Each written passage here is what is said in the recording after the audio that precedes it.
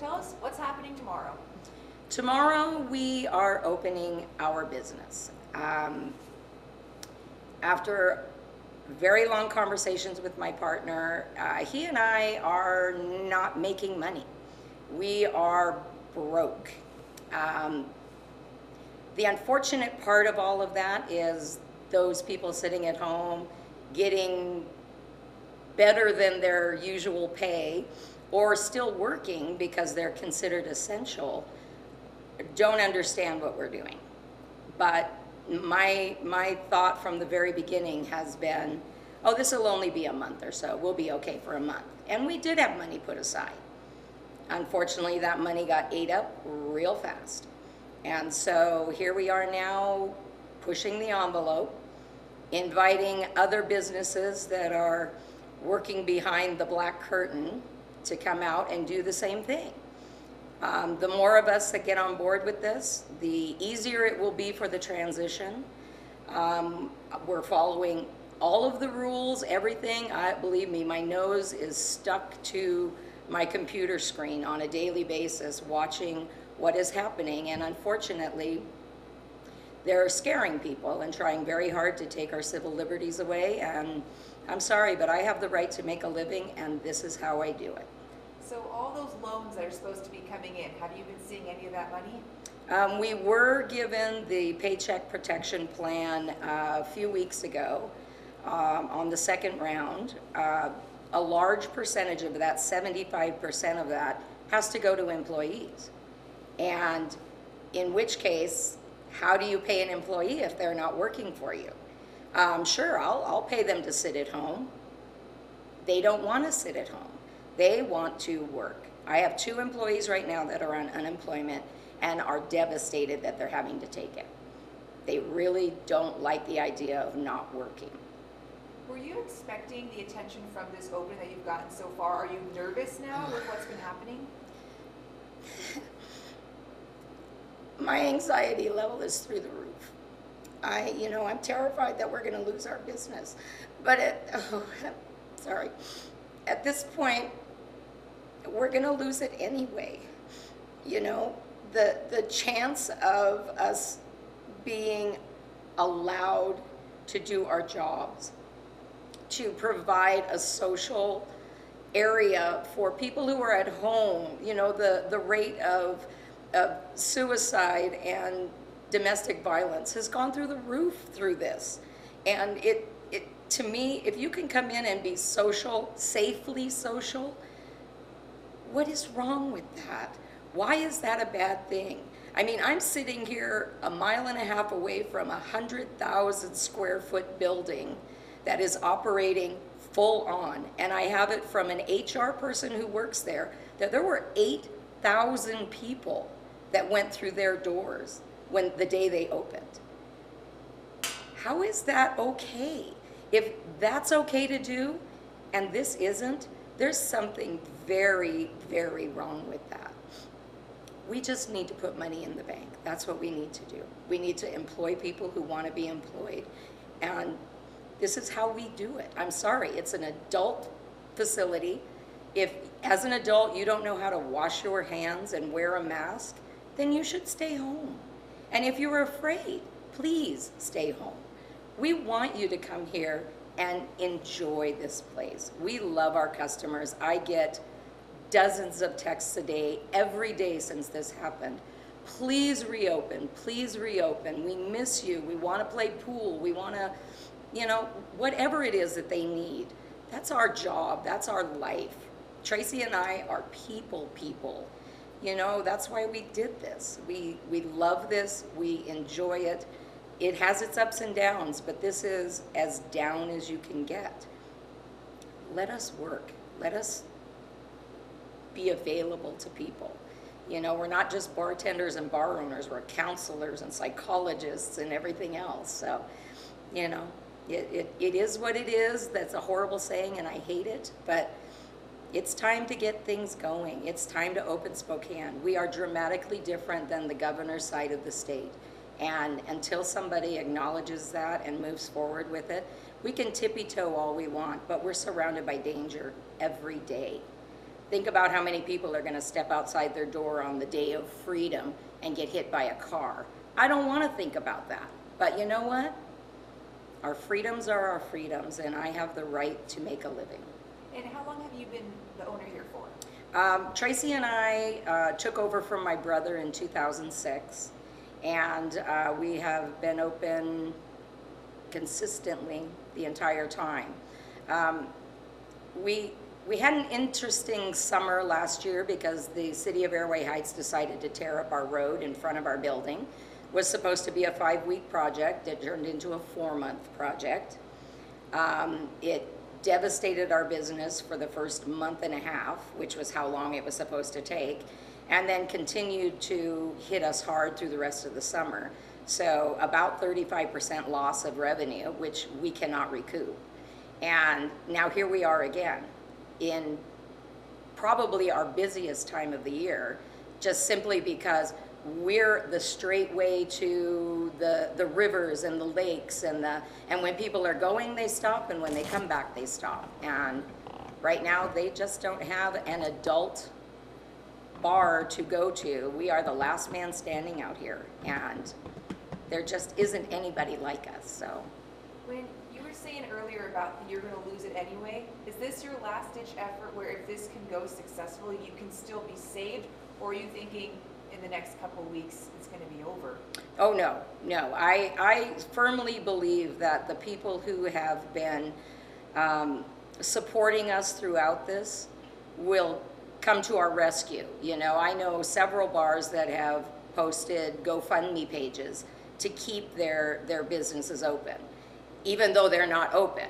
I prefer to do it the right way. Not that that is a bad thing. I think you have to do what you have to do to save your business.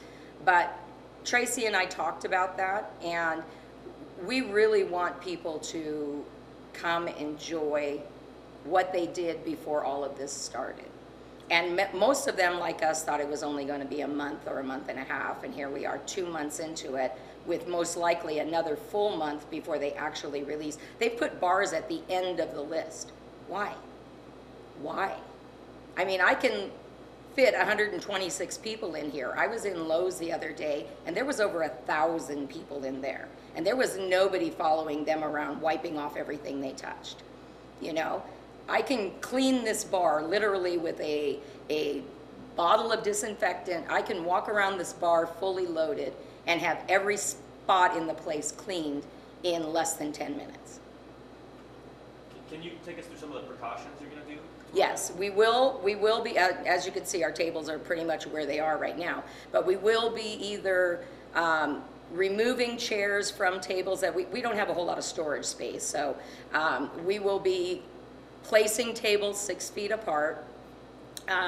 We will have hand sanitizer available or on every table. It depends on what our shipment contains today, because we were supposed to get that. It looks like it may have been back ordered. But we do have plenty of hand sanitizer for anybody that wants or needs to use it. We will take orders from this end of the bar. We will deposit them on that end of the bar. The customer will come up and pick up their own drink or food or whatever it is and take it to their table. All of our food products will be handed out in to-go containers, so that they are immediately taken and thrown in the garbage. We're putting in 5 or 6, we haven't decided what yet, 5 or 6 large garbage barrels that they themselves will remove the products off the table and put them in those barrels, so that my employees are not the ones having to do that. My employees will be wearing masks, and they have agreed to that, as well as rubber gloves that will protect their hands, but they will also be disinfecting everything that's touched. We will not allow anyone to sit at the bar. That is apparently one of the mandates that I read this morning that is required. What about capacity? We are going to operate as they specified, or what they're speculating they're going to specify, at the 25%, which is about 32 to 35 people in here.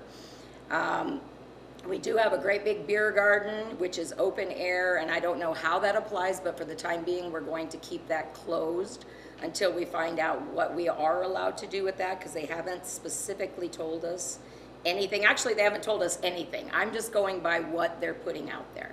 So, my hope is that if everything goes as we would like it to, we'll be allowed to operate at a small level. The casino that I spoke about earlier was operating at half machines. Well, then the clientele requested that they open up all the machines. And so now all of the machines are open. Well, okay. So if I get 30 people in here and they want 50 people in here, am I allowed to do that? Probably not. But I'm also not supposed to open. So, the truth of the story is that if people don't step up, it's going to be devastating. It will be devastating for us. People have said, you'll lose your license, you'll lose your license. And I said, how? We're not breaking any liquor control laws. We're not. And that license is based on liquor control laws or felonies. Are they going to charge me with a felony because I've opened? I know bar owners who got someone else to buy their liquor license for them because they have felonies. So, this community is hugely supportive. There has been incredible, my phone was going ballistic all night after the report that was done yesterday. And they're hugely supportive. They're sitting back watching what's happening, and I'm going, don't, open, open, open, open, open. The old commercial. It is devastating for most of these people. Has law enforcement tried to contact you at all? I contacted law enforcement, and I asked what the basis was, what was happening, and I was point blank told, unless you have a bar fight or somebody drunk driving, you're not going to see us. And I take that to heart. And if I get arrested, I get arrested. I have legal counsel who has told me that at this point, being arrested would be the greatest thing that could happen to me. Well, in their opinion, not mine. But the reality is that you've got to do what you've got to do. Do you think you'll get a fine? Do you think what do you think is the most likely consequence? I'm guessing just because of history. I believe that it would probably be the Spokane Regional Health District that will come in and say you can't operate. That's how I think it's probably going to end up going, just simply because they have a reach. I have a certificate that says I can operate, and when I don't have that certificate, I can't operate. So my guess is that probably is the way that they will come at us, but that's just a guess. And even if I can operate for 3 days and put a couple grand in the bank, that will tide us over till a couple more weeks from now, and then maybe by then we'll be allowed to open. And this side of the state, I understand that there is bodies on bodies across the state. That's not the case here. We're in a very small town. The largest population of this town is in jail. So when they talk about our population, it includes the prison. And so there isn't that many people in this town, but the people that are here are incredibly supportive, incredibly. What was that honking? That was my phone message. Oh, I was going to say, what's the response? Because we were here earlier, we were seeing people driving by. Because they're military. These are guys who go to work every single day, and when they leave work, they come by, they have a quick bite to eat, they might have a beer, they might have a soda, but this is where they sit down and talk about work. And they have been unable to do that. And these are our people. These are our people. We are predominantly military based. And these guys have nowhere to go. These women and guys, I'm sorry, I don't mean to That's okay. but guys means everybody to me, so, but yeah, it's super important that people just understand that there are going to be thousands of small businesses that will never reopen. There are big businesses right now that are closing because of this. Did they plan on closing anyway? Perhaps. But this was the impetus for them to go. And I don't know anybody right now that doesn't need income. There is, you can't survive without money. You can't. Unfortunately, that's the truth. And so we're just gonna plug along. My partner is kind of staying out of the spotlight because he's terrified. I mean, we're all terrified, but you know, faith will overpower fear, bigger, faster, better than anything. So we have a lot of faith. Well, we appreciate your time and your willingness Thank to you. do this with us. Thank you. I have one or two more questions. Sure, yep. So, how many employees do you have? I Planning had, working tomorrow, I mean. tomorrow there will be 2, which I'm judging from the response that I've gotten is not gonna be near enough. I personally have asked groups that are trying to make this some kind of a, you know, rally cry, that they please take care of that out in the parking lot and not to, you know, come in and overpower what we're doing here. We really are going to, we're keeping the side door locked. We're gonna allow people in and out of the front door. We'll be wiping off the handle and all of that every time anybody comes in because, you know, that's just what we have to do. And, I mean, the reality is that whatever happens, happens. I'm hoping that the people that come to support will do it with a open mind of let's do this so that we can also encourage others to do it. You know, I've been saying all along, you know, it has to start somewhere, there has to be one, and we're the one. Okay. Anything else you want to add before we go? Just that I have to thank my partner with all my heart. You know, we have had struggles throughout this entire 16 years, and we've always come through with bright shining colors. I mean, we wave our flag constantly. We love our clients, and you know, we want to open and let them come back and enjoy themselves again. That's it.